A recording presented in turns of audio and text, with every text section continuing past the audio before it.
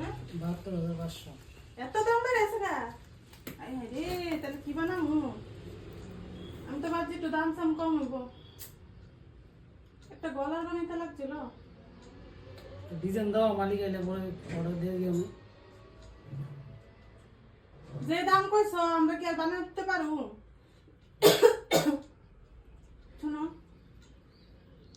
আমার একটা রূপার গলা আছে এটা সোনার জল দিয়ে ধোয়া দিতে পারবো হ্যাঁ পারুন কত বলবো 2000 খায়া কাম পাইছো না 2000 টাকা সোনা আমার রূপার গলা সোনার জল দিয়ে ধোয়াইবা দেখে 2000 টাকা দিমু তোমারে হ্যাঁ খায়া কাম পাইছো না দাম কত তোমার